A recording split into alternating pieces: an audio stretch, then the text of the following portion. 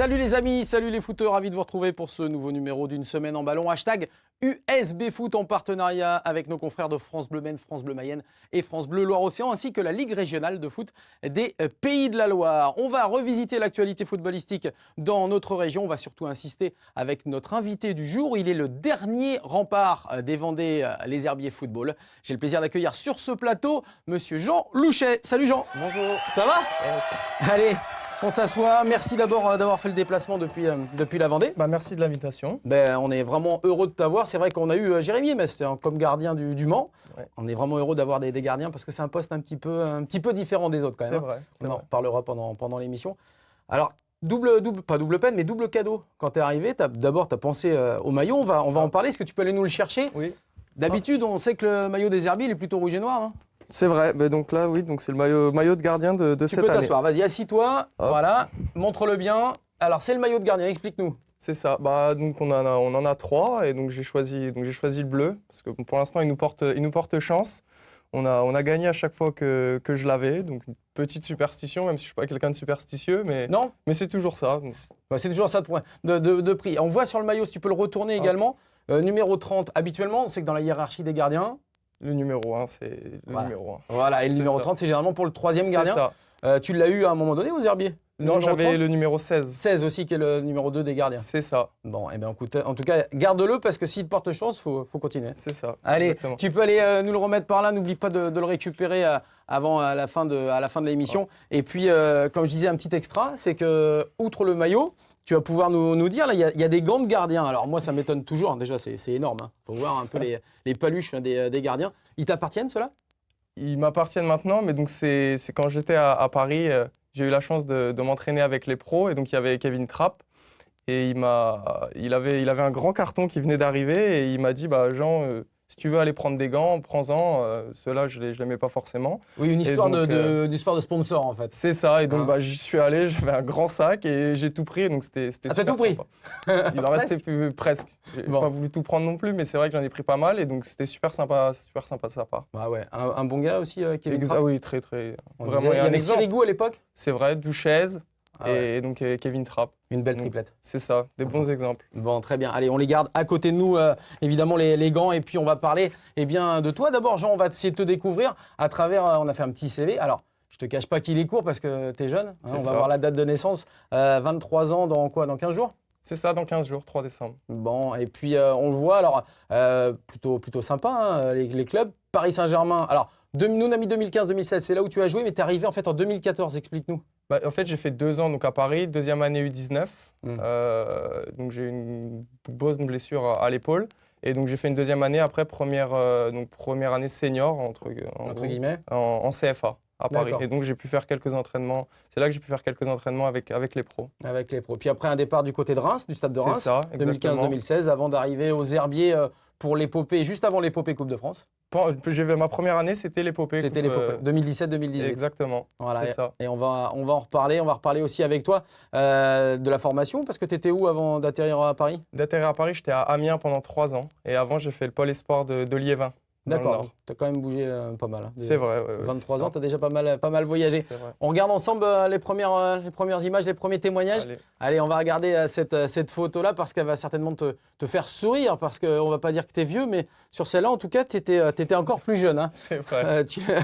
Alors là, c'était au Paris Saint-Germain. Ça, c'était ma première année quand je venais d'arriver. Exactement. D'accord, donc en 2014. C'est ça. Bon. Donc là, j'avais 17 ans. Qu'est-ce que tu retiens de cette aventure parisienne ?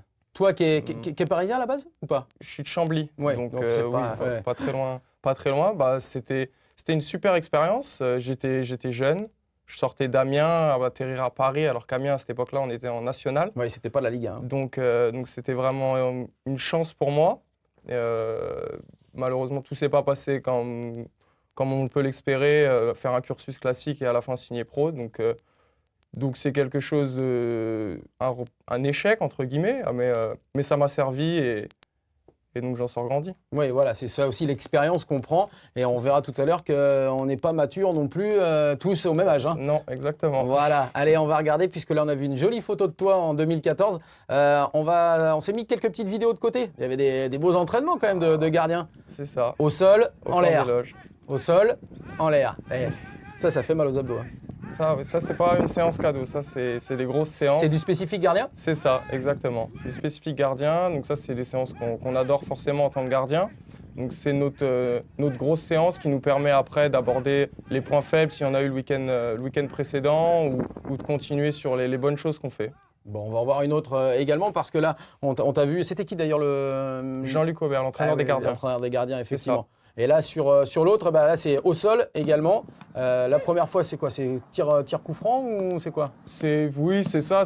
Bon, après, les ballons, quand on dit qu'ils vont en lucarne, ils vont en lucarne, c'est à l'avance, donc c'est plus facile. D'anticiper. Voilà, exactement. Mais donc, c'est des séances pour se mettre en confiance. C'est important, surtout à notre poste. Ça, c'est vraiment, tu le disais, des séances que tu apprécies? On apprécie parce que c'est là qu'on reprend nos repères si jamais il y a besoin. C'est là qu'on se met en confiance. Ça apporte la confiance pour le week-end.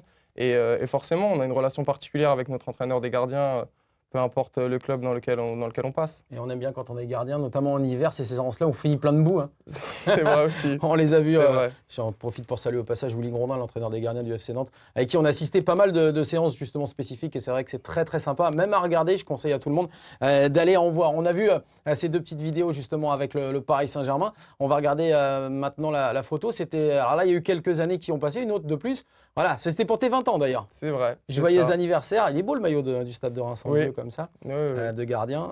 C'est pareil, une année de ce côté là-bas. C'était quoi? Pourquoi le choix d'aller là-bas? C'était le choix, il a déjà eu lieu avant d'aller à Paris. Je pouvais aller à Reims. Et donc, après Paris, c'était difficile de le refuser. C'était, entre guillemets, mon club de cœur. Et j'ai préféré aller là-bas. Et après, Reims, donc c'est revenu. Et pour moi, c'était le bon moment. Et je me sentais prêt à ce moment-là pour y aller. C'était pour jouer dans quelle équipe quand tu vas là-bas? C'était pour s'entraîner en pro et continuer. Je venais de sortir, donc comme j'avais dit, de blessure à Paris et après, j'avais pas beaucoup joué en CFA. Tu voulais jouer? C'était une année pour jouer exactement et m'aguerrir et en plus m'entraîner avec le groupe pro. Et puis derrière cette année au Stade de Reims, tu décides de partir du côté des Herbiers qui à l'époque jouaient en national. Oh, c'est vrai. Comment ça s'est passé? C'était quoi la rencontre avec quelqu'un pour te la décider? rencontre, c'est le coach actuel donc, aux Herbiers, Stéphane Massala, un ami là-bas, un coach des U19 à l'époque à Reims, le coach Chalençon. Et donc ils se connaissent très bien. C'est lui qui a parlé de moi, donc je le remercie encore. Et donc c'est comme ça que j'ai atterri dans ce club. Dans lequel je suis vraiment content d'être. Oui, parce que c'est ta 3e saison que tu commences.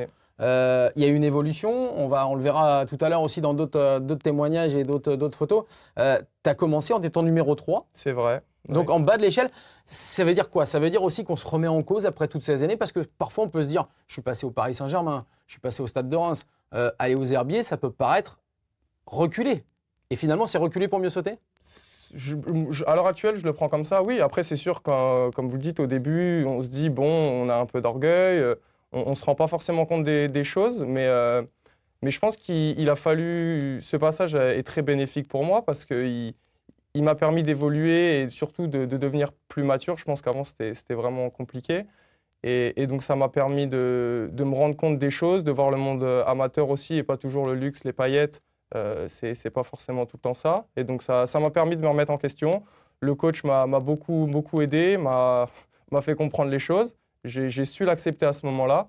Et au final, je le ressens maintenant. Et tout se met en place. Effectivement, tout ce cheminement est bénéfique à l'heure actuelle, oui. On parlait d'une dernière petite question, mais on parlait de maturité. À 23 ans, tu te sens quasiment mature maintenant pour évoluer sereinement? Je pense, après c'est toujours facile à dire. En tout cas, je sais qu'à l'époque, je le pensais, mais c'était faux. On est tout le temps en compétition, on ne peut pas montrer tout le temps nos faiblesses. Donc on se dit tout le temps on est le meilleur, on mérite, on veut jouer, ce qui est normal, mais ce n'était pas forcément la réalité. Et sur le coup, on ne s'en rend pas compte, ce qui est normal aussi. Mais avec du recul, oui, on voit qu'en fait, tout n'était pas fait, tout n'était pas... Encore prêt. Le chemin n'était pas tracé, c'était pas fait pour que ça se passe comme ça. D'où l'intérêt d'avoir un bon entourage aussi qui vous remette un petit peu dans les bons rails. On a parlé évidemment de Jean Louchet, on va continuer de parler du gardien de but des Herbiers et on va parler également du club dans lequel tu évolues depuis 3 saisons maintenant, les Herbiers. Au four et au moulin, bah oui, parce qu'il y a la Coupe de France, il y a le championnat, on va en reparler. Mais surtout les herbiers, l'image qu'on a en tête, elle est assez récente. Elle date d'il y a 1 an et demi. Regardez, c'était cette finale de Coupe de France du côté du Stade de France, chez toi quasiment. Ça devait être un sacré moment quand même pour toi à vivre. Bah, c'était top parce qu'on avait vraiment un super groupe, vraiment des bons mecs. Et donc on pensait forcément pas aller à ce stade-là, mais c'était vraiment un super moment pour tout le monde. Ça restera gravé à jamais. Effectivement, parce que malgré la défaite, on le rappelle, de 0 simplement, avec, on le voit, les 2 buts parisiens, le pénalty qui avait suivi, et puis cette dernière opportunité après le pénalty de Cavani que vous avez eu à revenir à 2 buts à 1. Alors là, à l'époque, tu étais gardien remplaçant, numéro 3, C'est ça. dans la hiérarchie. Il y a eu toute cette fête incroyable, Oui. et tu t'es réussi à la vivre pleinement, cette fête. Bah, en fait, juste avant ce match-là, on a été pendant 3 jours à Clairefontaine. Et donc le coach avait convoqué tout le groupe. Mais tout le groupe, donc l'ensemble du vestiaire, pas que les 16 ou les 18 qui faisaient la finale.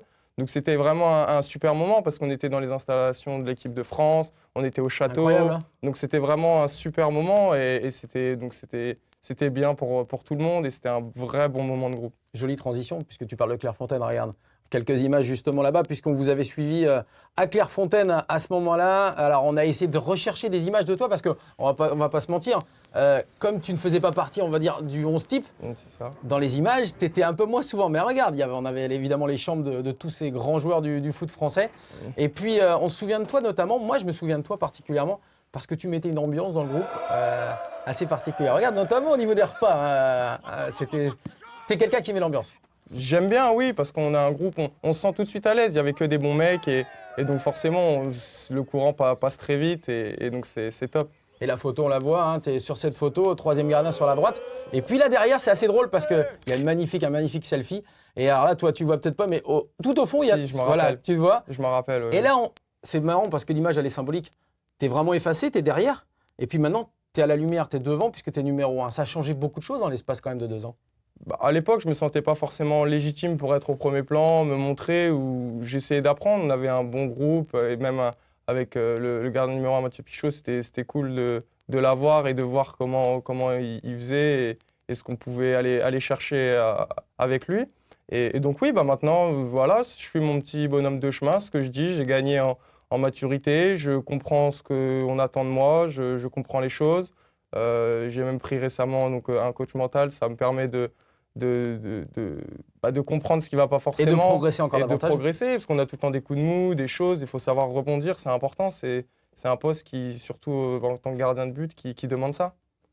Et puis qui demande évidemment beaucoup de tension psychologique. Donc effectivement, un coach mental, ça peut être intéressant. On va regarder le 7-1, ça c'était en Coupe de France, mais c'était cette année-là, juste le dernier tour, avec cet enchaînement donc, de buts qu'on a pu détailler sur les réseaux sociaux, puisque voilà, sur les posts, je ne sais pas si tu aimes bien les réseaux sociaux, mais voilà. C'est le site des herbiers, ça. Exactement, c'est ça. Exactement. Et donc tout est suivi, tous les buts détaillés, les buteurs, les passeurs et les minutes évidemment. Les réseaux sociaux qui sont aussi une belle partie de manivelle pour les clubs de National 2. On va regarder également une jolie photo. C'était la joie du vestiaire à la fin du match. Je ne sais pas si elle a été photoshopée, tu vas peut-être pouvoir me dire, parce qu'il y a quelqu'un qui a des tablettes de chocolat là. C'est son anniversaire aujourd'hui d'ailleurs. C'est pas vrai. Gaël Montous ici.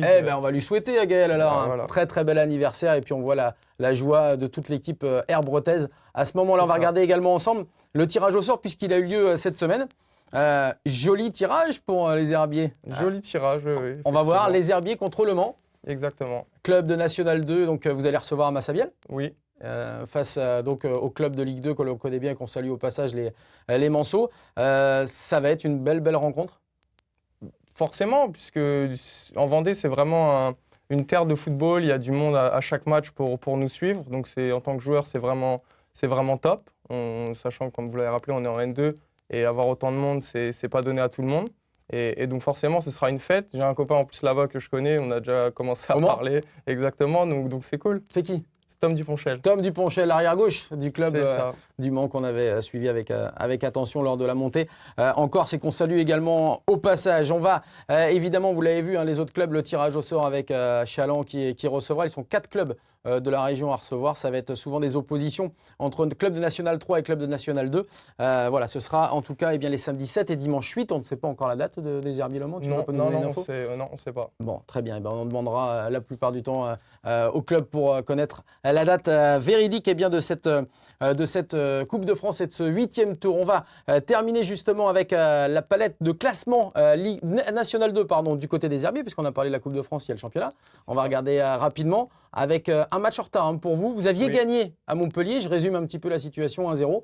Coupure d'électricité dans tout le stade, mais tout le centre également de Montpellier. Match arrêté, vous meniez 1-0 à 11 contre 10 et puis la décision sera rendue. Savoir si vous avez match à rejouer ou si vous avez match gagné. Exactement. Voilà. On va évidemment suivre cette affaire avec beaucoup d'attention parce que vous pourriez être deuxième du championnat en cas de victoire et de 3 points du côté de Montpellier. Toutes les semaines, je vais y arriver dans USB Foot, on fait un petit peu le tour des réseaux sociaux, de tout ce qui s'est passé. On va évidemment se concentrer cette semaine sur la Coupe de France. Alors attention, t'es prêt ? C'est parti, on va regarder la Coupe de France, le zapping sur les réseaux sociaux, en commençant évidemment par tous les clubs de la région.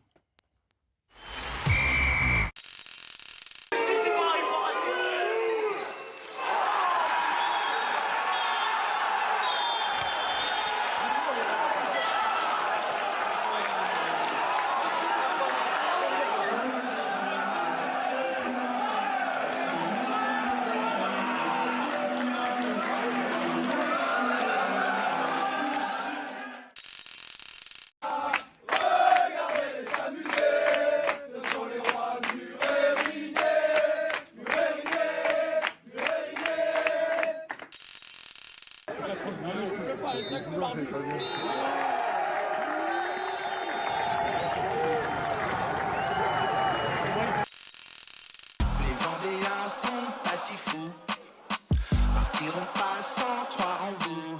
Sans croire, partiront pas sans croire. Sans croire, partiront pas sans croire. On les attendait pas à ce niveau-là. Comme des Écossais, ils n'ont jamais baissé les bras. Philippe Catherine et les Herbiers 2018, ça te rappelle aussi des souvenirs, ça ? Exactement, oui. Au stade, il y avait beaucoup de monde à ce moment-là. C'était sympa à vivre. Oui, bien sûr. Tout le monde, j'imagine, s'est pris au jeu et c'est amusé. Oui, encore une fois, il y avait vraiment une bonne ambiance et c'est le groupe en général, c'était top. T'imagines quand même qu'à 20 ans, tu as vécu un truc que peut-être personne ne va vivre d'autres footballeurs ? Oui, forcément. On en prend conscience, mais pas forcément sur le moment même. On est dans le truc, moi un petit peu en retrait à ce moment-là. Donc on ne se rend pas forcément compte de la chance. C'est vrai qu'après, quand les années passent, on se dit c'était quand même cool. C'était quand même cool, effectivement. Allez, comme chaque semaine également, on a notre chronique sur la région des Pays de la Loire au niveau de la Ligue de foot.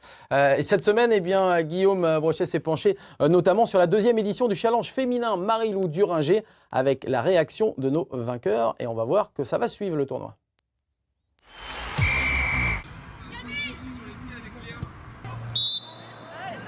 C'était une belle après-midi. On a pris du bon temps ensemble. Et l'important, c'était de venir. Après, on a eu la victoire et c'est un plus. On n'a pas encaissé de but, donc comme je suis défenseur, ça me va. Enfin, c'était bien. On a réussi à gagner, donc c'était bien. Après, on joue pas à terrain 8 normalement, du coup c'était un peu compliqué, mais on a réussi réussir à gagner, quoi. Au final, vous aviez 2 matchs à jouer aujourd'hui. Ça s'est bien passé pour ton équipe ? Ouais, 2 matchs de victoire, donc c'est ce qu'on voulait, donc voilà. Et toi, ta performance aujourd'hui, qu'est-ce que tu penses de tes 2 matchs ? Le premier était bien, après le deuxième, j'ai loupé plein de trucs, mais tant qu'on a la victoire, ça me va. J'étais un peu perdu niveau terrain 11, terrain 8, mais j'ai réussi à le faire. Et la victoire. Donc content de représenter la Ligue des Pays de la Loire là, avec la Collinière, vous allez jouer à une prochaine étape, c'est ça ? C'est ça, oui. Ouais. Très bien. On va essayer de gagner, hein. On va tout faire. Et voilà, les filles qui maintenant aussi se mettent à fond sur le foot, il y en a du côté des Herbiers également, des féminines. féminines. Il y en a, oui, en jeunes, effectivement. Des jeunes et des seniors ou que des jeunes ? Que des jeunes. Que des jeunes, ouais. Du côté Massabielle, elle s'entraîne pareil que vous, au même endroit? Au même endroit, oui. Les vestiaires juste à côté. Donc voilà. Bon, c'est vrai que le foot féminin se développe évidemment de plus en plus et il y aura donc la poursuite de ce tournoi, on l'a dit, donc du 2e édition Challenge féminin Marie-Lou Duringer. Chaque semaine, hein, vous l'avez compris, eh bien, nous accueillons l'un des acteurs des majeurs du foot régional. Aujourd'hui, c'est Jean Louchel, gardien de but du Vendée Les Herbiers Football. On va jouer évidemment, Jean vous garde encore quelques minutes avec nous, hein. Évidemment, on va jouer la prolongation sur les réseaux sociaux. USB Foot, vous l'avez compris, c'est votre rendez-vous.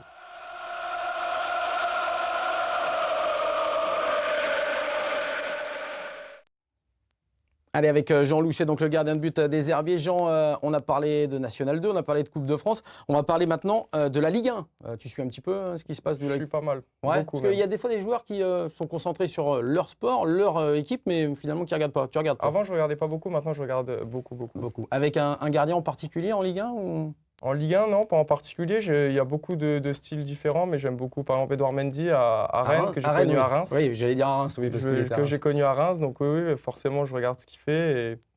Et donc pareil, il est arrivé sur le tard, lui aussi. Il a eu un an au chômage. Il est passé par Marseille. Et donc c'est un bel exemple, comme quoi... Trajectoire, justement, voilà, différente. C'est ça.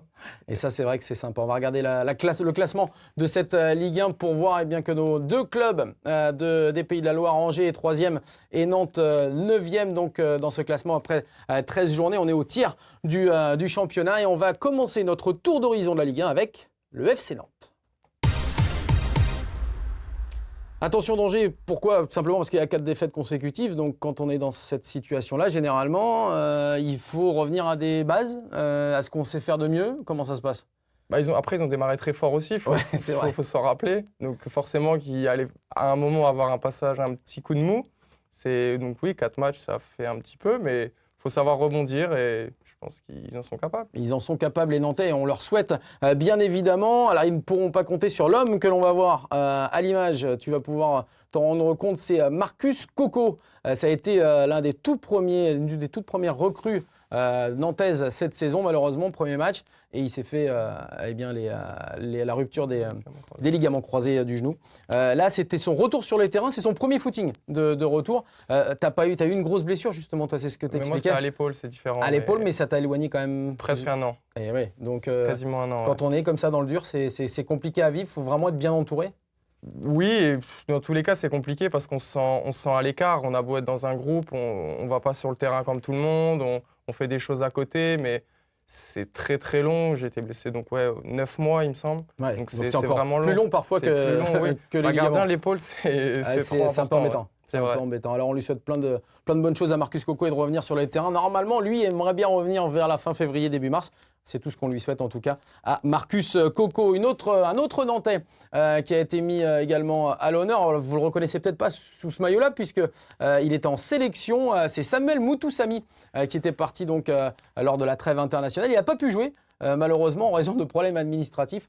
Des fois, on sait que du côté des sélections africaines, il y a pas mal de soucis administratifs. Là, c'était le cas. On espère pour Samuel qu'il pourra défendre les couleurs de sa sélection lors de la prochaine réunion. Et puis, on va terminer sur les réseaux sociaux pour parler du FC Nantes par cette image. Alors, c'est l'image d'Emiliano Sala. Il y a eu surtout un comparatif des buteurs entre Khalifa Koulibaly et Emiliano Sala sur la même période, finalement, sur cette année 2019-2020 et 2018-2019. Très nettement en faveur d'Emiliano Sala qui était déjà à 11 buts en 10 matchs alors que Khalifa Koulibaly n'en est qu'à 3 réalisations. Bon, c'est vrai que les profils sont un peu différents, mais sur les réseaux sociaux, et voilà, ce qui se passe, on rappelle toujours ce qui a bien marché généralement. Donc on souhaite que Khalifa puisse rattraper évidemment l'Italo-Argentin qui a tant fait le bonheur de cette équipe nantaise. Puisqu'on parle du FC Nantes, on va terminer en parlant de la Brigade Loire. On se souvient de ce magnifique anniversaire, de cette 20e anniversaire lors de Nantes-Saint-Étienne. Il y avait eu des tifos somptueux, il y avait eu pas mal de fumée, de craquage de fumigène aussi dans les tribunes. T'aimes bien toi voir ça généralement dans un stade c'est joli, c'est comme ça, c'est beau en tout cas. C'est joli. J'ai vu le match, c'était top. Bon, tout le monde savait qu'en faisant ce genre de choses, il y a des conséquences. il y allait avoir des conséquences, des punitions de la part de la Ligue. 2 matchs avec sursis, dont un avec sursis pour la Brigade Loire, pour la Tribune Loire, parce que c'est la Tribune Loire qui sera suspendue. Un match plus un avec sursis. Mais bon, Certains diront eh bien, que ça valait le coup. On verra, on les laisse évidemment avec leurs propres idées. Chacun se fera sa propre opinion. Voilà, on a parlé du FC Nantes, on va parler désormais en Ligue 1 d'Angisco. Retour au Bercail pour les Angevins qui vont renouer avec les rencontres à domicile après s'être un petit peu rendus en voyage. On va d'abord regarder une petite vidéo. C'était la reprise de l'entraînement du côté d'Angers avec très peu de joueurs puisque c'était la trêve internationale. Ils étaient une grosse dizaine. Donc du coup, Stéphane Moulin a fait appel à pas mal de jeunes de l'équipe réserve. Ça, c'est bien aussi. On peut se montrer quand on est juste à l'étage en dessous. Bah oui, bien sûr. Surtout qu'il y a du potentiel jeune à Angers. Bah oui, surtout qu'ils sont en N2, donc forcément il y a de la qualité. C'est dans ces moments-là qu'on peut se montrer. Ouais, ils sont pas dans le même groupe que toi, enfin que Non, les Herbiers. ils sont dans l'autre. Dans l'autre groupe, vous avez des déplacements à rallonge à Montpellier, à Nîmes, enfin tout ce qu'on peut imaginer de pire. On rappelle, 12 heures en bus la dernière fois pour se rendre à Montpellier. C'est vrai, ouais. Donc c'est pas l'idéal non plus pour préparer une rencontre, bien qu'elle avait été gagnée au départ 1-0. C'est vrai. Au bout de 78 minutes. On va regarder également un autre post sur les réseaux sociaux, puisqu'on parlait de trêve internationale. Il y a le capitaine angevin, Ismaël Traoré, qui était avec la Côte d'Ivoire. Voilà, c'est repérage du stade, évidemment, pour jouer avec sa sélection. Et Ismaël Traoré, il aime bien poster des petits trucs quand il est en déplacement comme ça. Voilà, avec les... Eh ouais. À Paris. Voilà, donc il y a plein de garçons que tu peux connaître voilà, sur toutes ces vidéos postées, c'est sympa, par les joueurs d'Angers et par le capitaine Ismaël Traoré. On va regarder ensemble le programme de ces deux clubs, Nantes et Angers, pour la prochaine journée de championnat. T'es allé à la Beaujoire, t'es allé à un Copa ou pas depuis que... J'y suis allé l'année dernière pour aller voir les Herbiers Chambly quand on y était. Il y a 2 ans, pardon. Oui, il y a 2 ans, c'était une très belle demi-finale. C'est demi-finale, ouais. Ouais, effectivement. On voit que Angers va recevoir le dernier Nîmes. Attention, il faut s'en méfier quand même de cette équipe nîmoise, dernière, mais qui a du potentiel dans le jeu. Et puis Nantes va tenter, on l'a dit, d'endiguer cette mauvaise passe avec 4 défaites consécutives. Ça va pas être évident non plus parce que c'est du côté du stade Francis Leblay à Brest. Il y a de l'ambiance généralement, c'est un petit stade mais avec beaucoup d'ambiance. Et les Nantais vont devoir se passer de pas mal de joueurs, dont la charnière centrale, André Girotto et Nicolas Palois. Donc ça va pas être simple pour les Nantais. On a fait le tour de la Ligue 1. Ce que je dis à chaque fois, t'as pas de problème d'oreille? Non, aucun. Non, t'es sûr? On peut y aller. On y va? Ouais.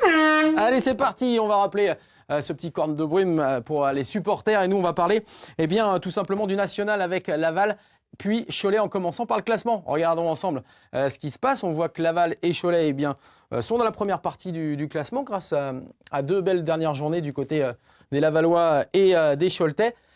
Mais c'est compliqué parce que Pau, ça va très vite devant. Dunkerque est toujours à l'affût. Donc il y a pas mal de clubs en national. Tu l'as connu avec les Herbiers, ce championnat national, où c'est toujours compliqué de s'extraire. Bah, c'est compliqué parce qu'on perd 3 matchs, on est un peu largué, on en gagne 3, puis on est tout de suite bien placé. Donc oui, c'est compliqué. C'est compliqué. Il y a une grosse différence entre le national et la N2 ? Honnêtement, toi qui as vécu les deux là. C'est différent parce que je pense que c'est plus homogène qu'en N2, mais après ça va plus vite forcément, les duels sont plus durs. Après, le niveau N2, je trouve qu'il augmente d'année en année et c'est pas mal, ouais. Bon, vous, dans votre tête, c'est quand même l'idée un jour de retourner en national quand même. Bah, c'est l'objectif premier, forcément. Cette saison déjà? Bien sûr, oui. Tous les ans, l'année dernière, on a fini 2e. Ça s'est joué à la dernière journée. Ça s'est joué à la dernière journée, donc c'est comme ça. Mais en tout cas, oui, on a tout pour. On est aux Herbiers, mais on a vraiment des conditions optimales pour réussir. On a beaucoup de staff, on a des bonnes structures. Il y a tout pour réussir, donc j'espère que ça va le faire. Donc ça va le faire. Allez, on va croiser les doigts évidemment et on va parler d'un club qui lui aussi est descendu d'un échelon. C'était le Stade Lavallois avec la Ligue 2 jusqu'en National. C'est parti pour Laval. Coupe sombre. Eh oui, coupe sombre parce que waouh, l'élimination des Lavallois par une régionale 2, c'était en Coupe de France le week-end dernier. On va évidemment voir que dans quelques minutes que c'est pas la première fois malheureusement. On va regarder simplement cette petite vidéo sur les réseaux sociaux. C'était le match qui s'est joué là-bas justement face à Laval. Et les Lavallois qui ont perdu 2-0. Incroyable quand même. Avec l'équipe type. Donc on n'a même pas eu à faire tourner ni rien. Mais voilà, 2-0, coup de sifflet final, on va l'entendre. Et la joie évidemment des petits dans ces cas-là. Bah oui, forcément. Alors on va dire que c'est la magie de la coupe. C'est la magie de la coupe, exactement. Pas pour les gros clubs dans ces cas-là. Bah non, forcément. Ah, c'est compliqué, mais c'est vrai que toi, tu l'as connu plutôt du bon côté, en fait, du côté Pour du pied. l'instant, oui. Donc, tant mieux, on profite. Bah, on espère pour toi que tu seras un jour aussi du côté du grand club et que ça se passera bien également. Alors, on parlait justement de cette élimination en coupe. On va évidemment voir que ce n'est pas la première fois, on l'a dit. C'est surtout Gilles Damingui, notre confrère de France Bleu Mayenne. Il s'est replongé un petit peu dans l'historique du Stade Lavallois. Et le moins qu'on puisse dire, c'est que ça ne va pas en faveur des tangos. On l'écoute.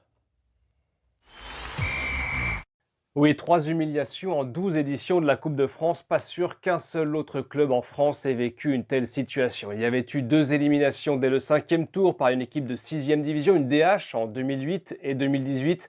Cette fois, c'est une équipe de 7e division. Ça n'était jamais arrivé dans l'histoire professionnelle du Stade Lavallois.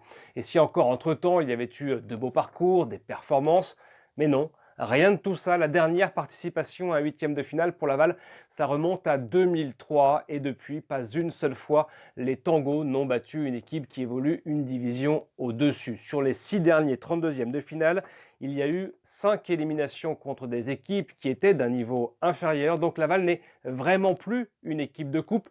Plus, car dans le passé, quand même, le club mayennais a brillé en Coupe de France, une demi-finale contre Nice en 1997 et une autre demi à Paris en 1993.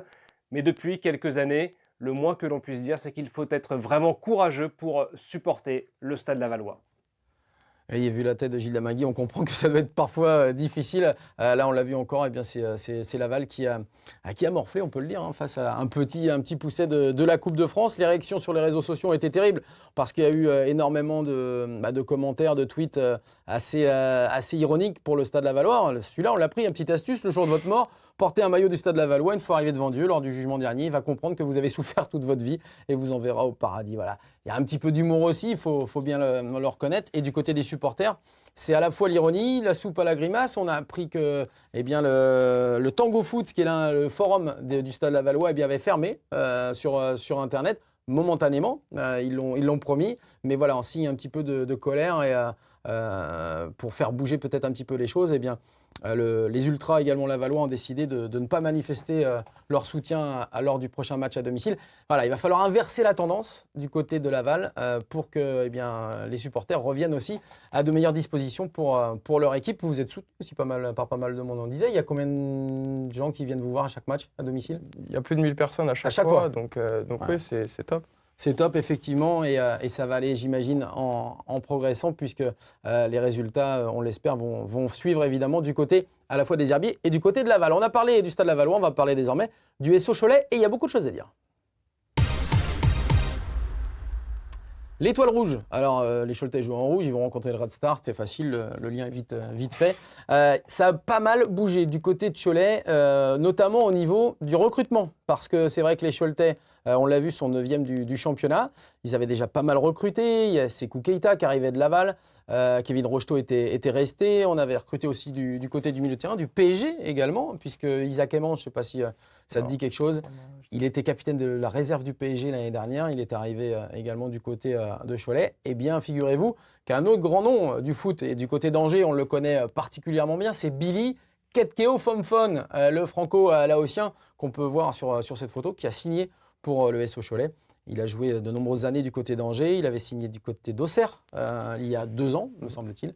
Et voilà, eh bien, il vient grossir les rangs du SO Cholet, lui qui a des jambes de feu, même si, évidemment, les 2 opérations au genou ont un petit peu perturbé sa carrière. On espère qu'il va vite rebondir du côté du SO Cholet. Et puis, puisqu'on parle de mercato, eh bien, on va continuer. Et ça, c'est pas officiel. C'est à prendre au conditionnel. Mais a priori, Gabriel Etinov, eh bien, le joueur qui était du côté du Stade Lavallois, meilleur passeur du championnat national l'an passé, s'entraîne avec le SO Cholet. Et il pourrait signer en début de semaine prochaine. Également pour les Choletais, ça va faire du recrutement et ça va faire du bien à cette équipe choletaise. Vous l'avez peut-être vu un petit peu en amorce. On a bien mis les petites célébrations du côté des joueurs de Cholet. Ça fait un petit peu l'Académie des Neufs pour ceux qui ont plus de 40 ans. Voilà, ils ont choisi chacun leur célébration, c'est plutôt sympa. Hein. Et puis Et puis, plus de 50, me dit Alex dans l'oreillette. Oui, c'est ça, plus de 50.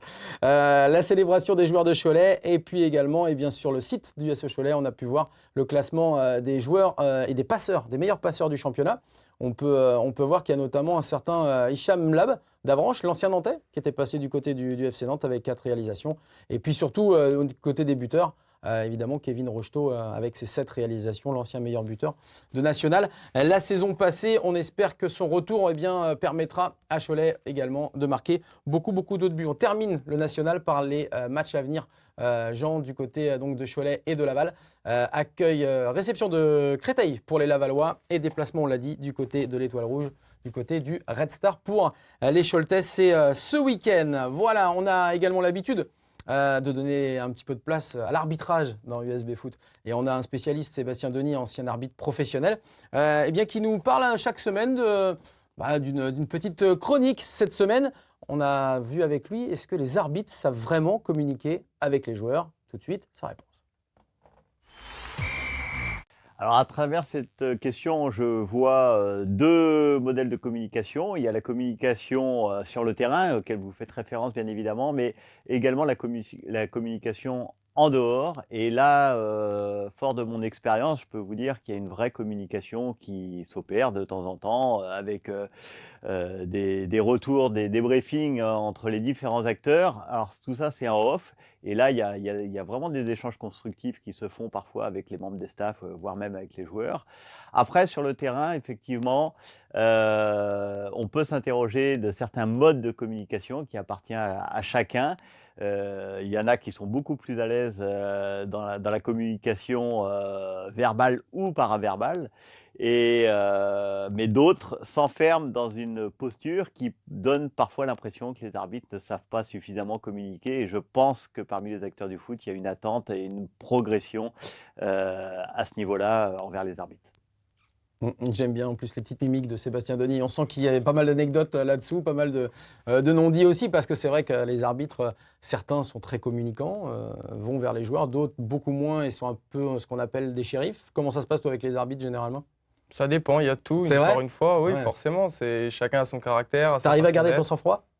Je me mets souvent à l'écart, gardien, je suis un peu dans mon coin, je suis dans ma bulle, donc oui, je suis pas vraiment au cœur de l'action à chaque fois. Si c'est en attaque, je vais pas faire 60 mètres pour aller... Il y a des gardiens, Ruffier peut faire 60 mètres, Lopez peut faire 60 mètres. Encore une fois, ça dépend des caractères. Sa façon d'être. Toi, tu restes dans ta surface. Voilà, c'est ça. Et tout va mieux, évidemment, dans le meilleur des mondes. Allez, on a fait le National, on va faire la Ligue 2 avec Le Mans FC.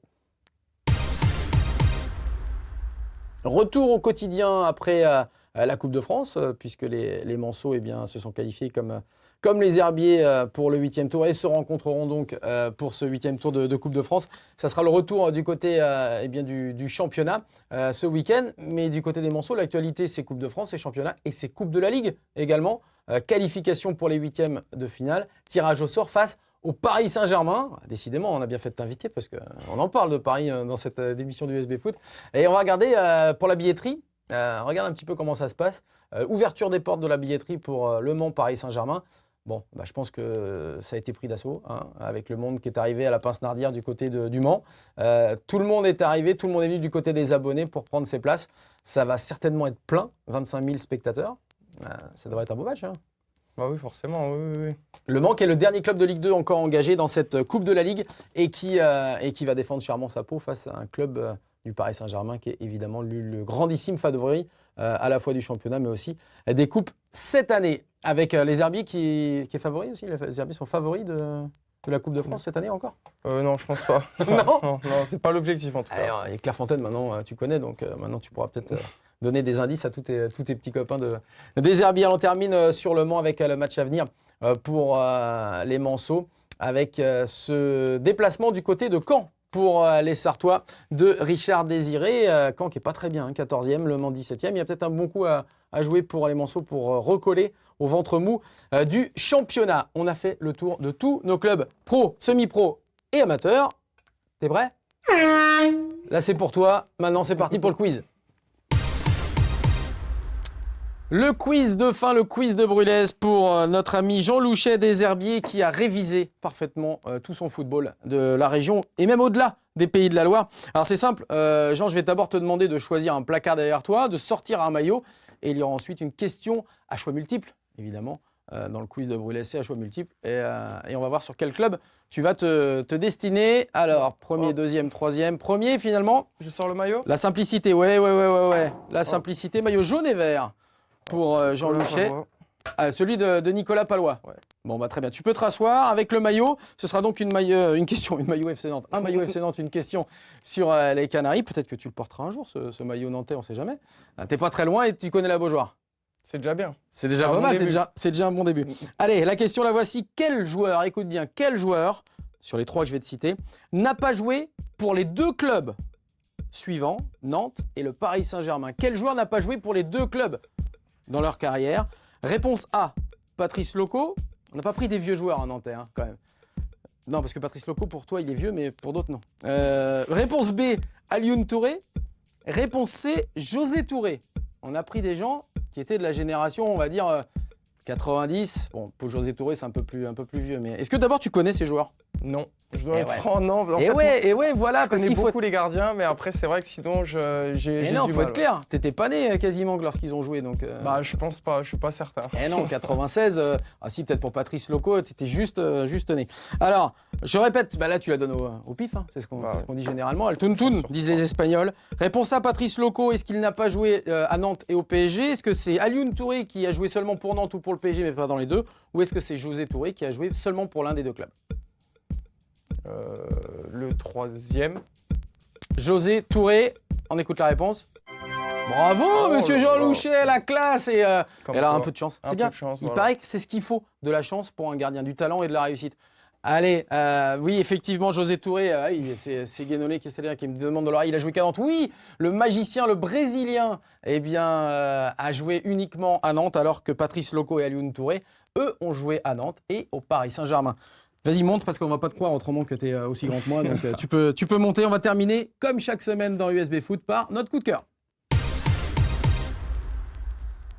On en a parlé un petit peu tout à l'heure, on l'a vu en tout cas en photo, c'était Emiliano Sala qui, on l'a dit, a fait le bonheur de cette équipe nantaise pendant plusieurs saisons. Et bien figurez-vous qu'il y avait un concours et des photos notamment avec ce concours de pâtissier, voilà, avec le numéro 9, jaune et vert, le macaron. Et puis voilà, ça représentait évidemment à la fois le FC Nantes et puis Emiliano Sala avec ce fameux numéro 9. Je ne crois pas qu'il ait remporté le concours malheureusement.